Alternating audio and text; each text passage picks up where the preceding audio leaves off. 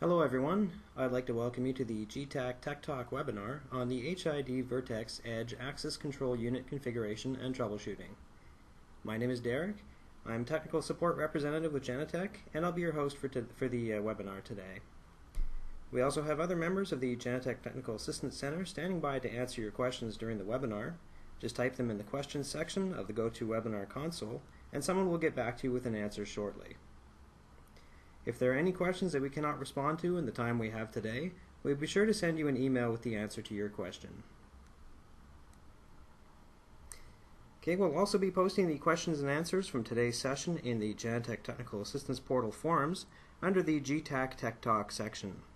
If you have any comments or additional questions on the webinar or the GTAC Tech Talk webinar series in general, you can post those here as well.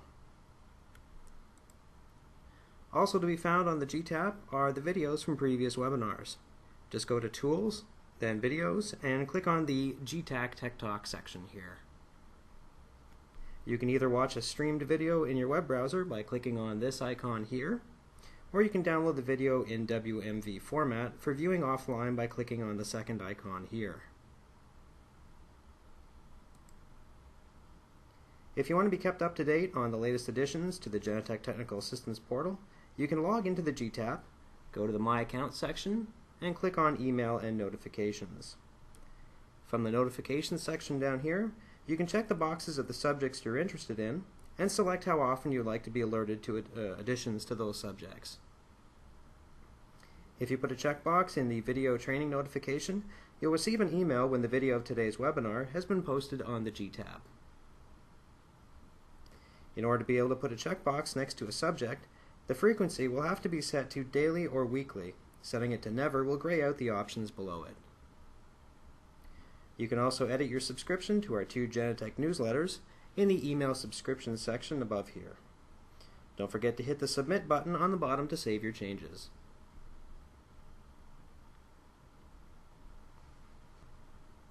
Alright, so I'd like to take a minute just to go over what we'll be covering in today's webinar. The first thing we'll take a look into is the general overview of the supported devices. Then we'll see how to enroll an HID access control unit. After that, we'll be covering how to replace or swap a unit in the system. The next sections are about the tools we can use to troubleshoot any unit issues. And after that, we'll have a look at the most common issues we have seen, such as the synchronization problems or unit lost. Finally, our last section is to tell you where to find other recommendations and best practices.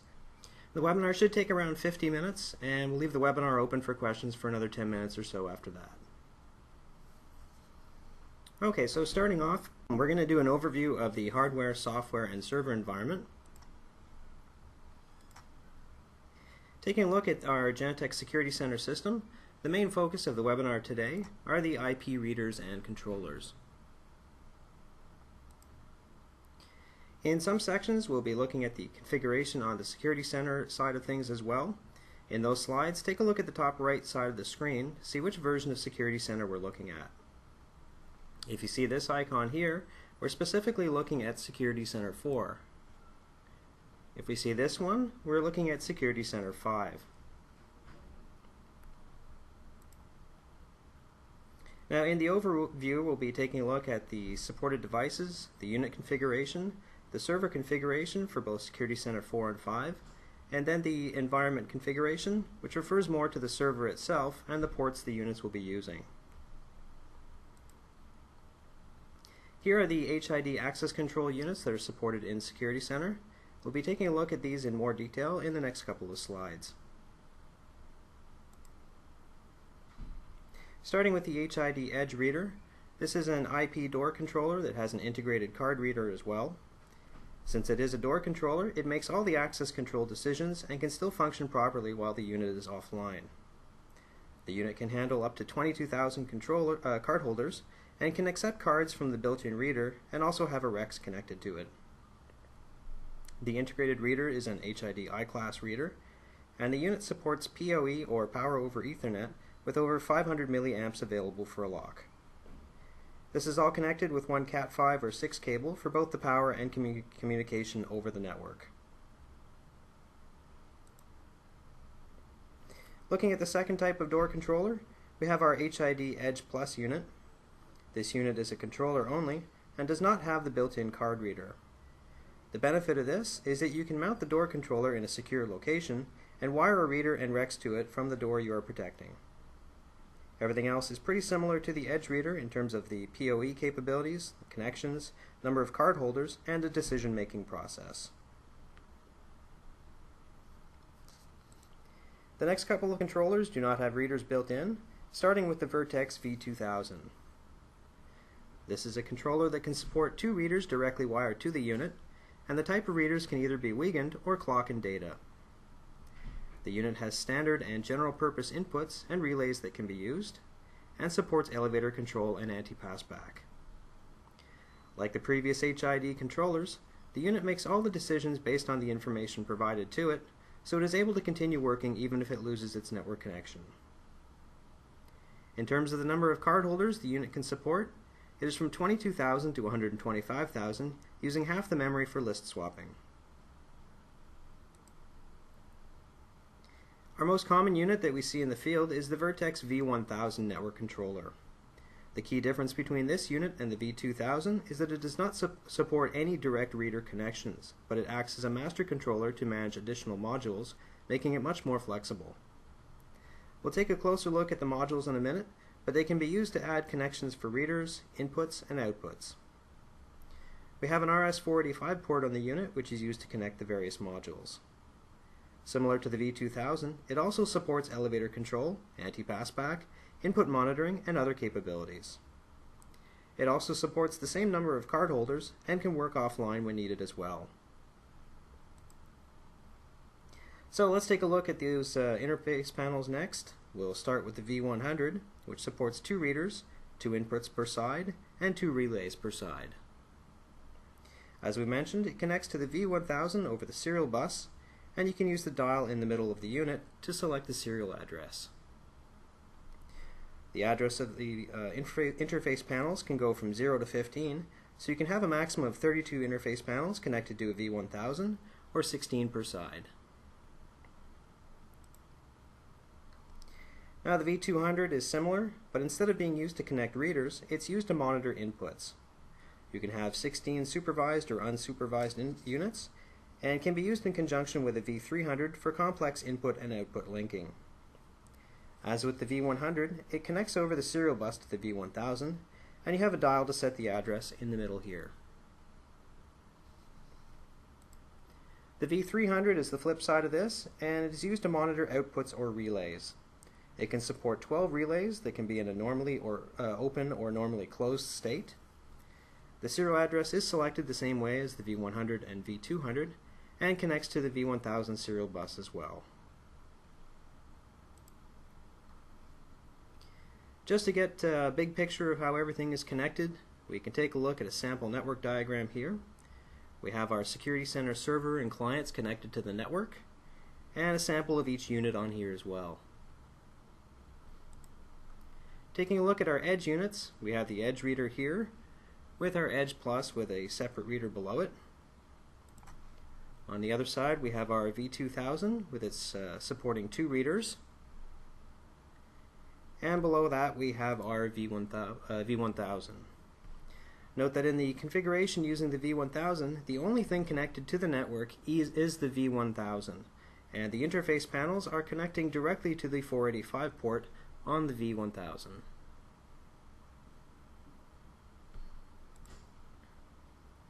Now that we know the devices, what they can do, and how they can be arranged, we're going to move on to the second part of the overview, the unit configuration steps. First time you're adding a unit to the system, you'll need to assign it an IP address. To do this, you'll need to connect the unit directly to a PC using a crossover or straight network cable.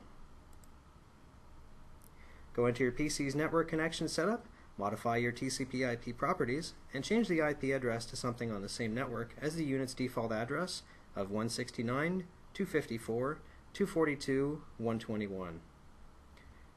For example, we have set up our IP address here to 169.254.242.100. Now you can open a web browser and go to the unit's default address. To log in, you'll need to use the root account, and there'll be one of two passwords that is applicable. In most cases, the default password for the root account is pass. In some cases, the unit will have been pre-configured by HID with an alternate password, which is BTF-SPLK. Now, just for your information, we have some helpful knowledge base articles on the GTAP which may be useful. KB 235 will show you how to configure a Vertex unit prior to enrollment. KB 430 explains how to change the root password on a Vertex or Edge unit. And KB 436 has important information on how to use the virtual port on the Vertex controller. If you don't want to connect the unit directly to your PC, you can also discover it over the network using the HID Discovery GUI. This can be downloaded from the HID website at the address indicated here and installed on your PC. Once you run the Discovery tool, you'll be able to see the units on the network and go into the configuration from there. Using either method, once you connect to the unit, you'll be in the basic network setup configuration section.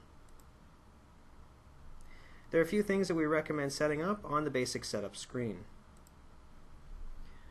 First is the addressing, which we recommend setting to having a static IP address. The next thing we want to change is the IP address. Before setting this value, please try to ping the new IP address to make sure it has not been assigned to any other network devices. Now, looking below here, we have a primary and secondary DNS address. If you have a DNS server set up, please put in the relevant information here. If you don't, then you'll need to put the IP address of the unit in both the primary and secondary DNS server fields. The last part to configure is the host address. This should be set up to the IP address of the server that will be connecting with the unit. Once this is set, it will protect the unit from being added to more than one server. On top of the web page, we have a link to get to the advanced setup. There are a few important options I'd like to point out here. The virtual port here is what is allowing us to be able to connect to the unit using the default IP address of 169.254.242.121. We recommend keeping this enabled in case the IP address of the unit is misplaced and it needs to be rediscovered. Also from this section, we need to make sure the FTP and Telnet ports are enabled in order to communicate with the unit. If you want to make sure that the host address change was saved in the basic screen, you should be able to verify it with the host address here. You want to check the network and make sure the TCP ports listed here are open and can be used for communication between the unit and the server. Now, also on the top of the page, we have a system status link. This will show us the state of the various parts of the unit and the unit alarms. Green obviously means it's okay. Yellow is an off normal state, but not necessarily a problem, but red means there is a problem or an alarm.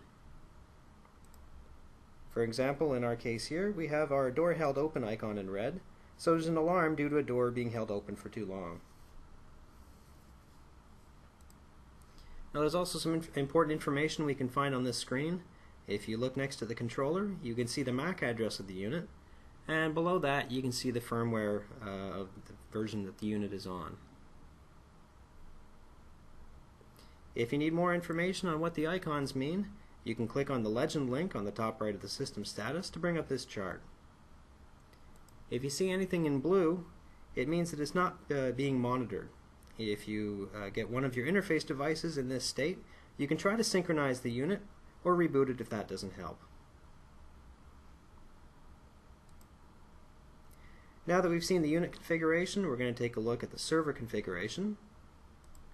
We'll start with Security Center 4 as we've indicated up here, and the first thing we'll want to set up is the Here I Am value.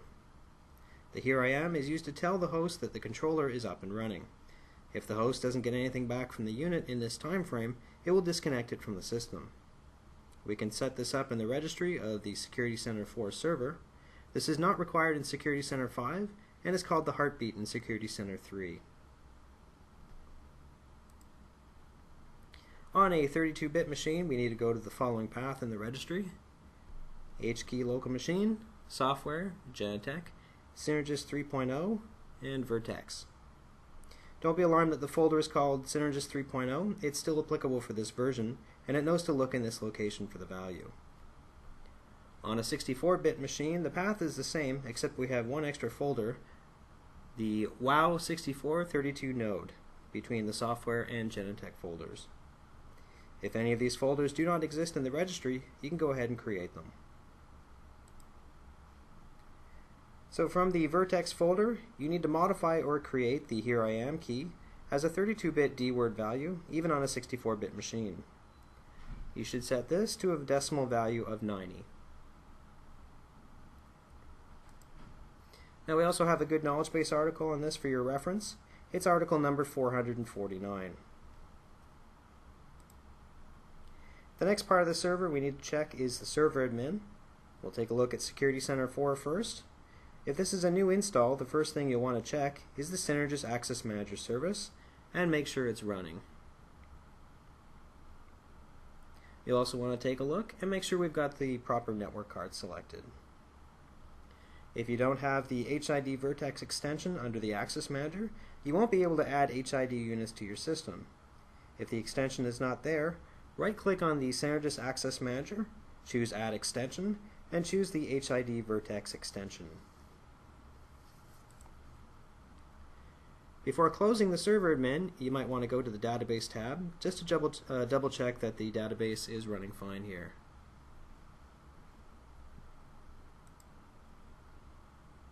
Taking a look at Security Center 5, you can get into the server admin by opening a web browser and going to HTTP, either the local host or the server IP address, /Genetec. If you set up a password for the Security Center, you'll have to enter that in order to get to the configuration screens. Under the Genetec server, just make sure we have the correct network card selected.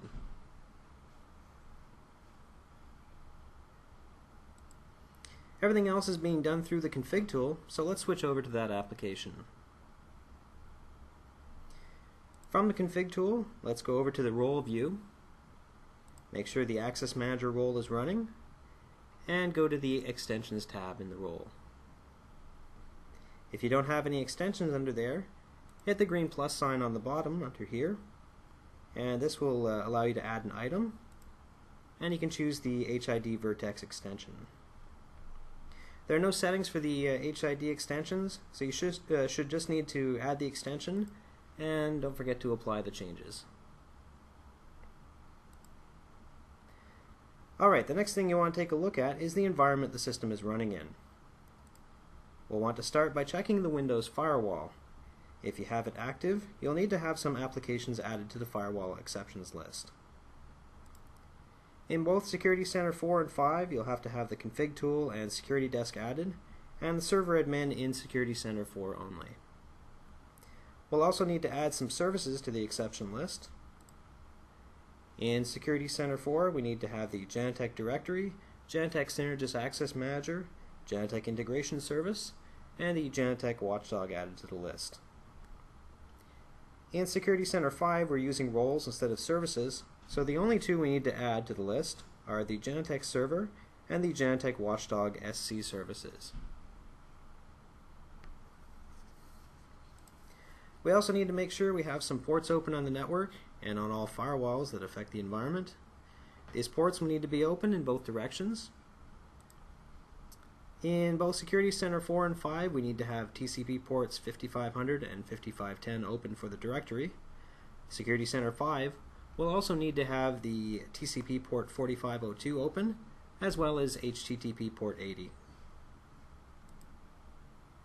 The Access Manager needs to have TCP port 4050 open for command and control, TCP and UDP port 4070 open for unit discovery, TCP port 23 available for a telnet session, TCP ports 21 and 20 for an FTP session, and finally we need to have TCP port 5512 open for the console.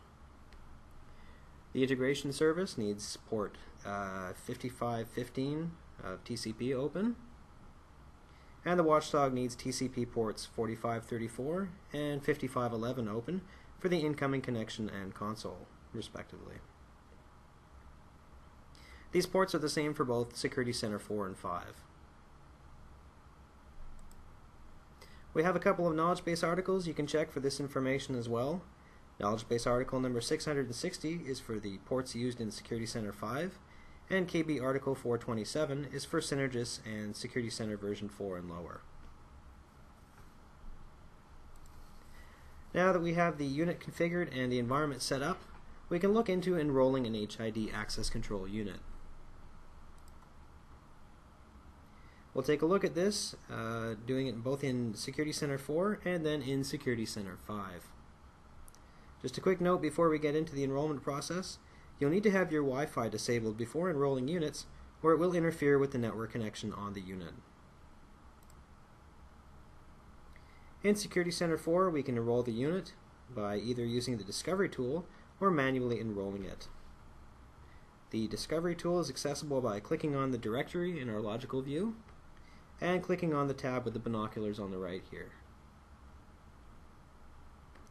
Now you need to choose your Discovery type. In this case we want the HID Vertex units, and hit the Start button here. It will go through and find all the units on the network, and you need to just select the unit you wish to enroll and hit the button on the bottom here to enroll the unit.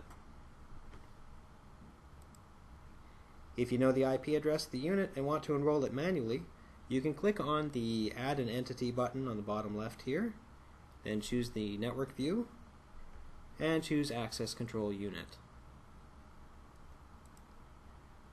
Both methods will bring you to the Create a New Unit pop-up screen. You will need to assign the unit to a server, so you can hit the Select button here and choose the Access Manager on the server you'll be using. You then need to select the unit type, which will be HID Vertex in our case. If you do not see the unit type in there, go back and double check that the extension has been added to the Access Manager.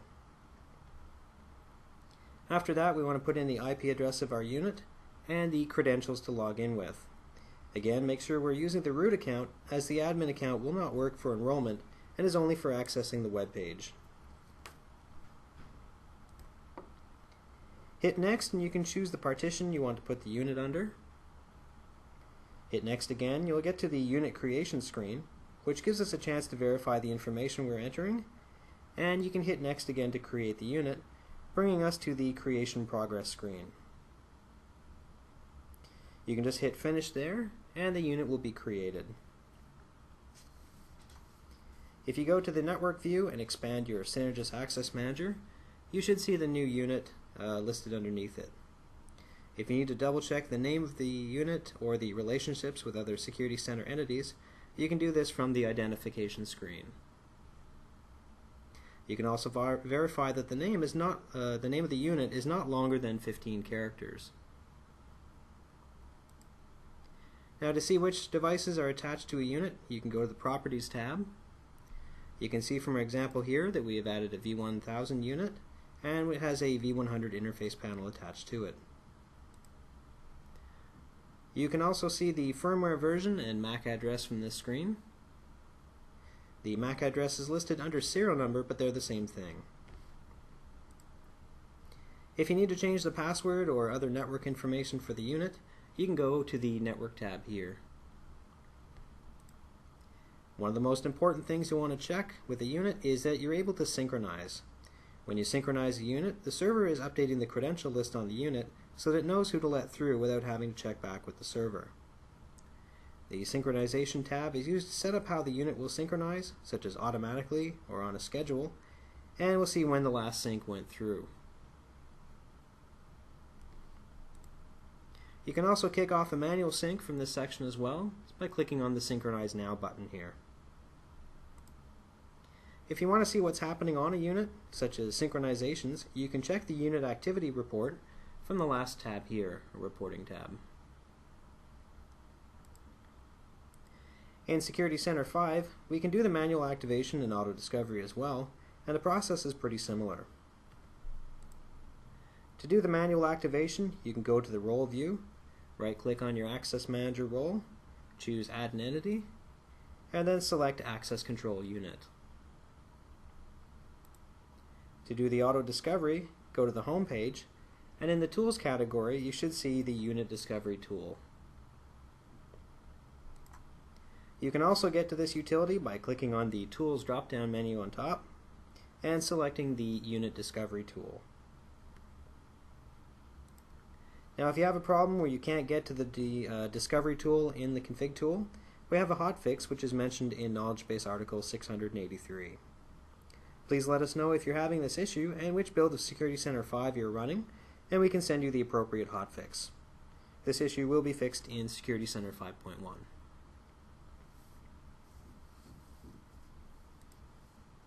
Now from the Discovery tool, you'll first want to click on the Manufacturer button on the top right and add the extensions for any units you want to discover. You can also configure the ports and ranges for the extensions in the properties on the right here. For our case, we just need to make sure the HID vertex extension is there. Once you're finished configuring the extensions, click on the Save button to get back to the Discovery tool. Now you can hit the Start Discovery button on the top left to find any units on the network. Once you've found some, you can click on the unit and hit the Add Unit button on the right here. Just a note here that you can also manually add a unit from this screen by clicking on the Manual Add button on the bottom here and specify the relevant information for the unit. Using either method, you'll be presented with the new unit creation screen, very similar to the one in Security Center 4. You'll need to choose your access manager here and the unit type, which is HID vertex. You'll also need to enter the IP address and credentials for the unit. Once again, please make sure you use the root account and not the admin account. Hit Next down here and you'll be asked which partition to add the unit to. And Next again will give us the creation summary, which is basically just telling us the operation we're about to perform and gives us a chance to back up and change anything if we need to. Hit the Create button in this section and it will give us the creation progress, which shows the status of the unit creation. Now it may take a minute on the initializing the unit step and perhaps stall at a few numbers, but once it gets at 100%, your unit should have been added to the system. If there are any problems, they will be shown with a red X and a reason for the failure. If you hit Close here, your unit will have been added under the Access Manager, as we can see here. Similar to Security Center 4, you can go into the unit properties to see any interface boards that have been added to the unit. We can also see the firmware version and serial number or MAC address of the unit here. Now most of the unit sections are the same as in Security Center 4, so we're not going to go over those again. Before moving on though, just make sure your synchronization has been set up and the unit is synchronizing without any problems.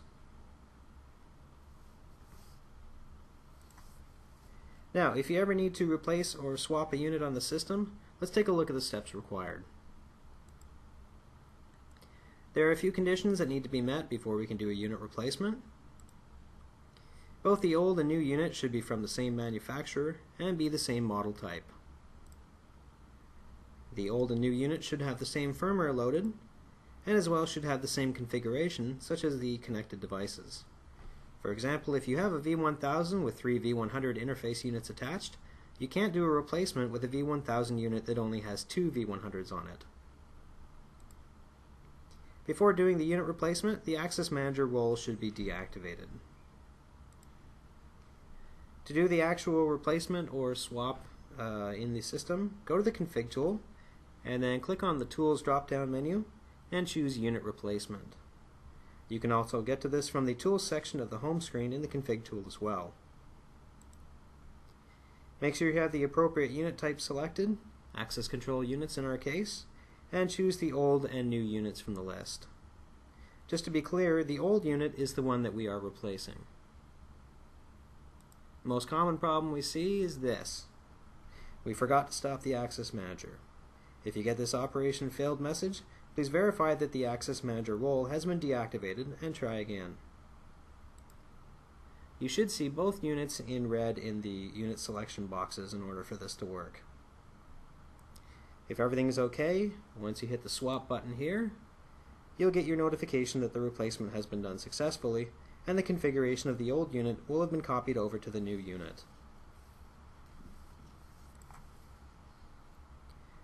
Alright, before looking at some actual troubleshooting situations, let's take a look at some of the tools we can use to resolve issues that may come up. One of the tools that you can use, and will be used by support to troubleshoot issues as well, is the Access Manager Telnet console. Before we can access this from the Watchdog tray, we need to make sure it is enabled in the Server Admin in Security Center 4. Click on your Synergis Access Manager service, go to the Console tab here, and make sure the Enable Telnet Console option is checked. As we have mentioned, please make sure the port being used is open as well. You can get to the console on the server in two ways. First is by going to a command prompt and doing a telnet to the server IP address and specify the port, which is 5512 by default. You'll need to specify the IP address here and not use the local host name. The other way of doing this is by opening the Watchdog tray, click on the Genetec Synergis Access Manager, and click on the console button up top here. If this icon is grayed out, you'll need to make sure that the Telnet console was enabled in the previous step and that the changes have been applied. Once you go into the console, you can check the status of the Access Manager by hitting 1 and Enter. The first thing you can check is that it's connected to your directory. The second is that the HID vertex extension has been defined, which is indicated by this line here. It will also indicate how many units you have added under that extension. We can also execute commands from the Telnet console, which is useful for running traces on the Access Manager. To start the trace, you need to type in the command trace save on and hit enter. We want to see all the information relevant to the vertex units, so the next command to enter is trace vertex all. It will show you that all the trace levels are on after that, and the next step is to actually start recording the trace information. We do that by entering the command debug vertex trace all. You'll start seeing information going by after that, and once you have the time frame you need or tested what you need to test, you can turn off the trace. To turn off the trace, type in the command debug vertex trace none.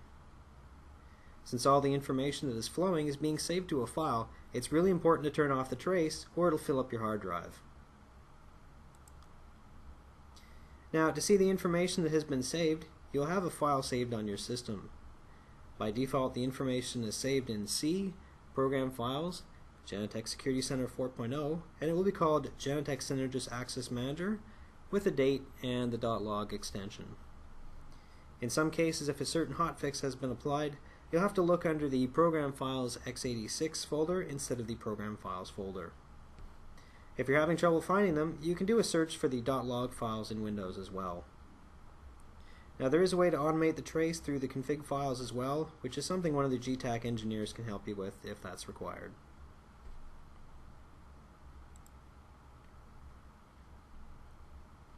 Taking a look at some of the information in the trace, we can actually find the information relevant to one specific unit. From the unit properties in the config tool, you can find the serial number of the unit you wish to investigate. Take the last 6 digits in the serial number, and you can use that to search in the trace logs. The colons will be included in the trace information as well, as we can see from our example here. Now, things are a little different in Security Center 5. From the server admin, we want to go to the Genetec server section here. Under the console, make sure the enable console option has been checked. Right down here. You can put a password on there as well, and don't forget to apply your changes. To get to the server console, you'll need to open a web browser and go to the IP address of the server/genetec/console. You can also use the local host here as well. If you set up a password, you'll need to use it here to get in as well. So once we're in the console screen, you'll want to switch over to the commands window here and make sure that we're connected. And then you'll have to take a look on the left for the vertex trace commands. From this screen, you can just click on the trace all start to the trace all trace to start logging the trace information. And once again, don't forget to run the trace none command to stop the trace when you have everything you need. In order to see the trace data, you can click on the traces section on the top right. From here, you can view or filter the information, and you can also copy it to the clipboard and save it in a text file in case you need to send it to us.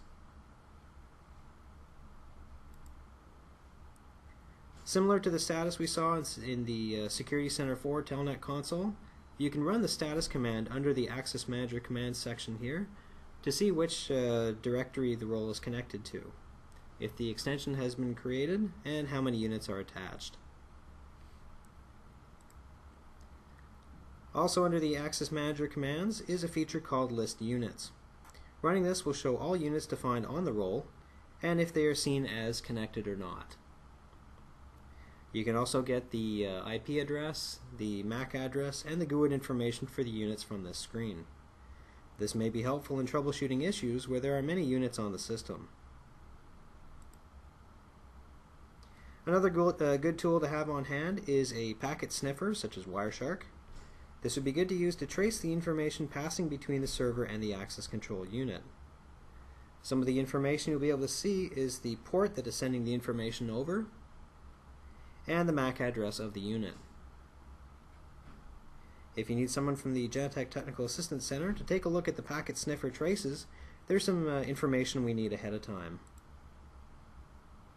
First, we need to know when the trace was taken, and if this is related to a specific event, what time the event happened. For instance, if you're having problems adding a unit, you can run the trace, try to add the unit, stop the trace, and let us know what time it was when you tried to enroll the unit. Related to this, we also need to know the server IP address and the unit IP address. For some versions of Windows, you may need to disable the chimney before doing any packet sniffing traces.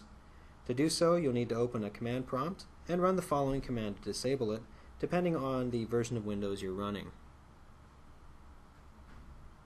Once you're finished with the packet sniffer, you can run the command below it here to enable the chimney once again. The Windows event logs are always handy when troubleshooting issues as well, especially when it concerns the services in Security Center 4. The common logs that we would need are the Application, System, and Genetec logs. In order to save those in a usable format, click on Action, go to Save All Events As, and choose to save the file in a .evt or .evtx format. Saving in a text or CSV format does not contain as much information and is much more difficult to analyze.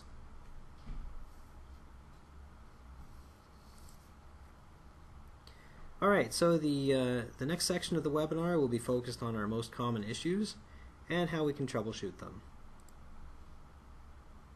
The three most common scenarios we're looking at are where we're unable to enroll a unit, we cannot synchronize the unit with the server, and when the unit loses its connection with the server.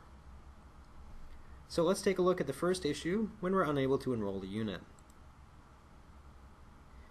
We need to be able to ping the unit from the server and vice versa to make sure there is a good network connection between them.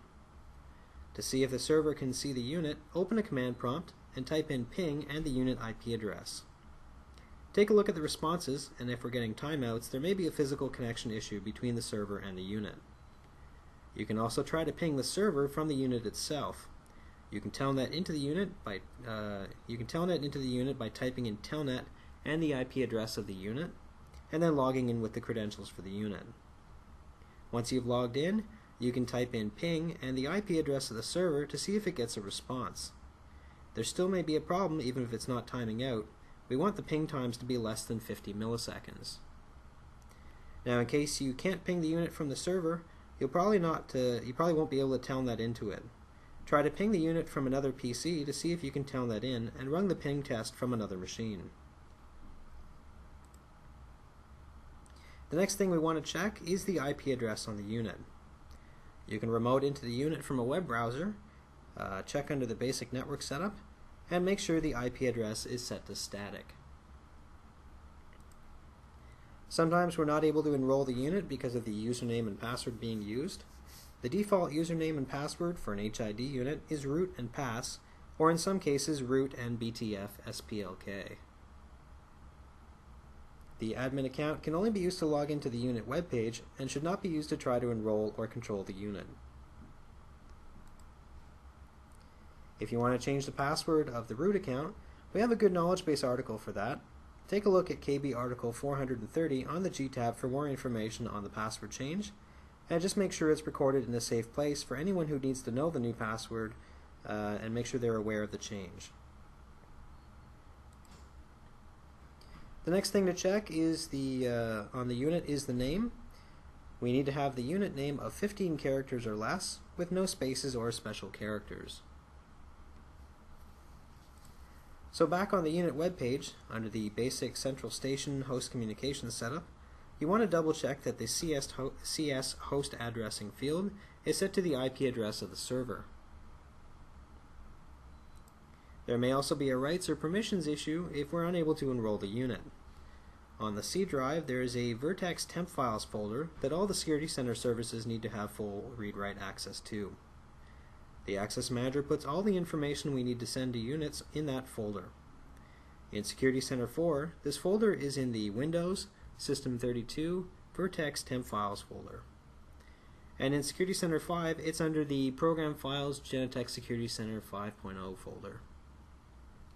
For 64-bit machines, the Program Files folder changes to the Program Files x86 folder. Something else we've seen interfere with the enrollment of units is the proxy server.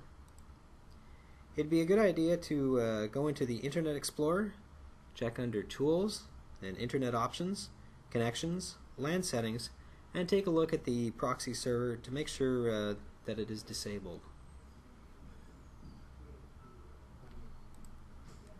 Now there are several types of connections we need to be able to establish with the unit, starting with being able to telnet to the unit from the server.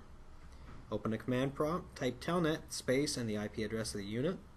It will prompt you for the username and password if it's able to connect properly. Now if it takes more than 10 seconds to bring up the prompt after entering the credentials, you should first verify the DNS server settings in the unit's web page. If you don't have a DNS server on the system, the primary and secondary DNS server IP addresses should be the same thing as the IP address for the unit. Similar to this, we need to be able to FTP to the unit from the server as well. Just go to the command prompt, FTP to the IP address of the unit, put in the username and password, and try to show the directory by using the dir command. In case there are some network restrictions and you need to change the telnet and FTP ports that are being used to communicate with the units, we have a great knowledge base article that can help with that. The article is number 577 and can be found on the G tab. The next step is to check the ports that are being used and make sure they are open for communication. We can do that by running netstat -NA from a command prompt, and from the list of ports it gives you, make sure they're not being used by another application. You'll also need to check if the unit is behind a NAT or network address translation. If it is, you'll need to hit the More button when adding the unit and put in the translated host address. The screenshot here is for Security Center 5, but it's the same thing for Security Center 4 as well. There are also some special cases with respect to enrolling the V1000 unit. If you're trying to enroll the V1000 without any interface panels, it may fail at the 13% mark of the enrollment process in Security Center 5.0 SR1. If that's the case, we have Hotfix 935 available to correct the problem, which you can contact the Genetec Technical Assistance Center for. You can also find more information on this problem by taking a look at Knowledge Base Article 686. After enrolling your V1000, if you find that the interface panels are not being recognized, you can open the Vertex web page, go under the System Status, and click on the button Add Unconfigured. This will reestablish the connection with the V100, V200, and V300 interface boards. The number of interface boards connected to the unit is important as well. We can support any combination of interface boards up to a maximum of 32, but we recommend trying to limit this number down to about 20, or 10 for each logical bus on each side of the unit. It's always a good idea to check the firmware on the unit as well and make sure it's up to date. The latest version of the firmware is 2.2.7.49.1. If you have any problems making firmware changes, or if you need more information on changing the firmware on the units, please take a look at Knowledge Base article number 594. Sometimes the enrollment process will start going through, but it will stop at a certain percentage. The problem may just be a timeout message waiting for a response while the unit is still waiting on the enrollment. So try to do the enrollment again another 1 or 2 more times. If it still won't go through, we may need to update the EEPROM on the interface boards. This is the software that is running on the boards themselves. To do this, go to the web page of the V1000 and go into the supplemental configuration section. On the section for the V1000 here, click on the last button on the right, which looks sort of like a hierarchy diagram. From the screen that comes up, you just need to click on the update button to start the update process. The next common problem we're going to take a look at is if the unit cannot synchronize with the server. Please note that the troubleshooting steps from the previous section are valid here as well, and should be verified before trying the next series of steps. One of the things that might be causing a synchronization problem is if we're getting a build cards error. It will give you a warning message such as build cards error -1011, or possibly with some other number. The build card process takes the credential information and translates it into binary code that can be sent to the units. The files are kept in the following folders, so take a look to make sure the services have read and write access to them. The build card log file can be found in one of the following folders below, depending on the version and if the server is a 32 or 64-bit machine. There are quite a few troubleshooting steps that can be done for this problem, which we have outlined very well in Knowledge Base article 679, but we'll take a look at a few of them right now. So, for example, we've gone into the folder with the MAC address of the unit here, and we have our buildcard.log file right here. Okay, and in case you're getting this error and need to contact the GTAC, please include the log file in your email. So, what can we do to try to resolve a build cards problem? First of all, try to launch a manual synchronization on the unit and see if that will go through. You can hit the Synchronize Now button in the Unit Synchronization tab. Next, try to restart the Access Manager service or role.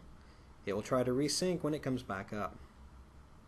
If it's still giving us synchronization errors, stop the Access Manager service or role, go into the Vertex Temp Files folder, and delete all the subfolders in there. Now, in case it's still not working after that, we may have a problem with the corrupt DLL file.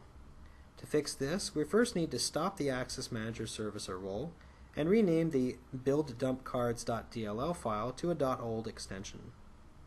This file can be found under the C drive, in Program Files, and in the Genentech Security Center 4.0 or 5.0 folder depending on the version you're using. Once that has been renamed, replace it with a new build-dump-cards.dll file from either the installation software or from another working server that's on the same version. Restart the Access Manager service or role and try the synchronization again. If this still doesn't fix it, please give the GTAC a call and we can take a closer look into the problem for you. Alright, so the next cause for a synchronization issue may be due to the Access Manager service timing out. This problem occurs when the service needs more time to respond to the watchdog request. You can see if this is a problem by checking the Event Viewer logs. To fix this, go to the Program Files folder, Genentech Security Center 4.0, and Configuration Files. Edit the srv.accessmanager.config file. And increase the value of the offline synchronization backoff parameter to 5 minutes. By default, this is set to 3 minutes. Now this works most of the time, but in case it doesn't, we need to take a look if the maximum number of units have been reached on the Access Manager. This can be between 100 and 120 units, or a maximum number of readers of 256. You can verify this in the event viewer logs as well. Now we're going to go back to the configuration files folder and edit the same config file as in the above step. The value that we're going to change this time is the main thread timeout, and we're going to increase it from 1 minute 30 seconds to 2 minutes 30 seconds. One other thing to double check for synchronization errors is the here I am value. By default we should have it set to 90 seconds. If this is the problem, you'll see warnings such as the stopped receiving expected heartbeats from the vertex in the logs. Like this right here. If you need to change the here I am value, please take a look at Knowledge Base Article 449, and this applies to Security Center 4.0. The last possible cause of a synchronization problem is that we have active alarms on the unit. We can check this by going to the unit web page and clicking on the system status page. If you have any tamper, door forced, or door held open fields in the alarm state, which is with a red background, you're going to need to clear those first. In order to clear them, click on the 0 button next to the active alarm. You need to click this once for every alarm, so you may have to do a lot of clicking until the state of the field turns green again. We can avoid hitting this by adding a couple of registry keys to your system. You can open regedit, go to the path hkey local machine, software, then Genetec. If this is a 64-bit machine, you'll have a WOW6432 node folder before the Genetec folder. Go to the folder Synergist 3.0 or create one if it's not there. Now don't be alarmed at the version number again. This is valid for Security Center 4.0, and it just happens to be looking for the 3.0 name in the path. In this folder we're going to create a couple of D-word keys called Silence Door Held Buzzer and Silence Door Forced Buzzer. Set both of them to have a value of 1, and you can close the registry editor after that. The last step is to restart the Access Manager service. Once this has been set up, it will automatically acknowledge these types of alarms that come in from the controller. We have a knowledge base article on this on the GTAP soon, but if you need any help setting up those values, please feel free to contact the GTAC. So the last major issue we're going to talk about troubleshooting today is when the unit loses its connection with the server. The first step is to try to ping the unit from the server. Just go to a command prompt and type ping and the IP address of the unit. If you're not getting a response, then we can't physically see the unit on the network from the server, and it may be a connection issue. We'll need to check the wiring on the unit as well. When the card is swiped, the unit may go offline due to missing protection on the output. We have a knowledge base article number 425 which describes the electrical problem in more detail, and we can always give you a hand with this problem as well. As we've seen previously, we also need to take a look on the unit to make sure the IP addressing type is set to static. This can be found under the basic network setup. Other things to double check is that we have the HID extension added to the Access Manager service or role, and make sure we have the right network card selected for it as well. Now one last thing we might see is a broadcast storm. Sometimes if we have multicast improperly configured on a network, we may get a large amount of packets broadcast to all entities. On the HID units, it has a built-in rule that if it sees more than 5 broadcast packets in 5 milliseconds, it will disable its connection with the server. The sensitivity to this has been decreased in firmware 2.2.7.49.